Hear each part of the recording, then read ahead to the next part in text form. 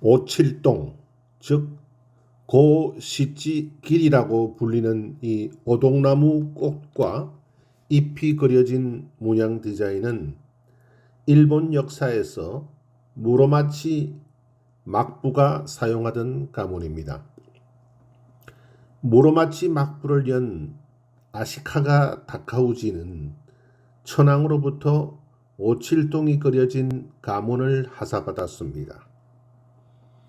이후로 쇼군가의 가문이 되었으나 1573년 오다 노부나가에 의해 쇼군이 사라진 뒤에는 도요토미 히데요시가 관백 자리에 오른 후 바로 이 오칠동 가문을 쓰기 시작했습니다. 그러나 도요토미 집안은 2대 히데요리 때 완전히 멸문지화를 당하고 말았습니다. 하지만 그 이후로도 이 디자인은 워낙 세인들의 사랑을 받아 사라지지 않고 도쿠가와 이에야스 막부에서도 사용되었습니다.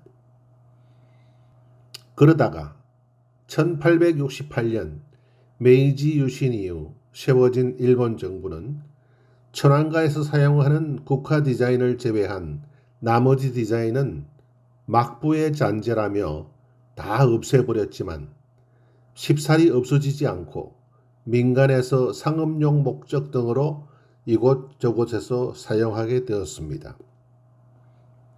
이후 오칠동은 내각 총리 대신과 내각부가 정부의 문양으로 부활시켜 정식으로 다시 채택했고 현재까지 쓰이고 있습니다. 그 수명이 무려 450년 이상 되는 것이죠. 그러나 뭐니 해도 가장 오래된 비즈니스 디자인은 스바스티카와 십자가와 초성달과 별입니다. 인류가 지구상에 문명을 건설하기 시작한 이후 최고의 비즈니스맨은 아마도 석가모니와 예수와 마호메트일 것입니다. 불교의 스바스티카는 태양의 광명을 상징하는 것으로 부처의 가슴과 손, 발과 머리에 나타난 길상과 행운, 경복 등을 나타낸다고 합니다. 기독교의 십자가는 예수의 죽음과 부활을 상징하는 것이며 이슬람교의 초성달과 별은 진리의 시작을 상징한다고 합니다. 고대로부터 시작된 이런 것들을 그래피즘이라고 합니다. 그래피즘이란 한마디로 구상적인 상징 형태로 인간의 원초적인 사상을 표현한 것입니다. 그래피즘의 역사는 기원전 약 3만 년부터라고 합니다. 그것은 발생 당시부터 사물의 사실적인 묘사가 아니었습니다. 주설적이고 종교적인 문제에 대한 추상조형이었던 것입니다. 실물의 묘사가 아닌 상징적인 변화로서 문서의 한 형태였던 것입니다. 대학을 졸업하고 사회생활을 몇 년 해보면 공부를 잘한다고 반드시 성공하거나 출세하는 것이 아니라는 사실을 알게 됩니다. 성공하거나 출세할 확률이 조금 높을 뿐입니다. 실력이 있다고 성공이 보장되지도 않습니다. 용감한 장수 위에 지혜로운 장수, 지혜로운 장수 위에 후덕한 장수, 후덕한 장수 위에 복이 많은 장수가 있다는 말을 이해할 수 있게 됩니다. 용감한 장수는 지혜로운 장수만 못하고 지혜로운 장수도 덕이 있는 장수만 못하며 후덕한 장수라도 복이 많은 장수를 당하지 못한다는 것이 인생을 가르치는 지혜서들의 한결같은 가르침입니다. 성경에서는 골리앗을 물리치고 왕이 된 다윗을 이상적인 장수요 복 있는 장수로 기록하고 있습니다.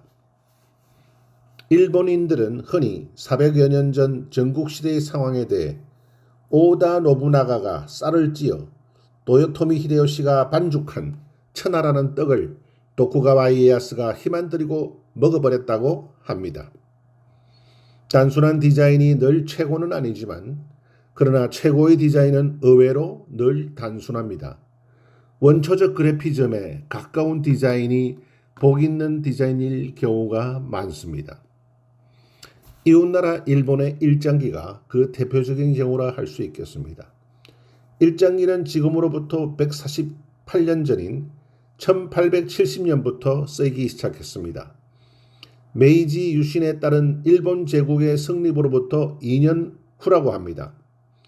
일본 국기는 하얀색 바탕에 태양을 상징하는 붉은색 원을 그린 것으로 인류가 이미 약 3만 년 전부터 그려오던 원초적인 그래피즘입니다. 그것을 과감하게 국기로 채택해버린 케이스입니다. 일장기는 일제강점기에 온갖 고초를 겪었던 아시아 여러 국가들의 입장에서 바라보게 되면 지구상에 존재하는 각종 그래피즘 중에 가장 호전적인 문양이라고 할 수 있을 것입니다. 그러나 일본인들의 입장에서 보면 수천 년을 열도에 갇혀 우물 안의 개구리처럼 살다가 비로소 침략의 역사를 쓸 수 있었던 강대국으로서의 자부심이 배어있는 디자인일 것입니다.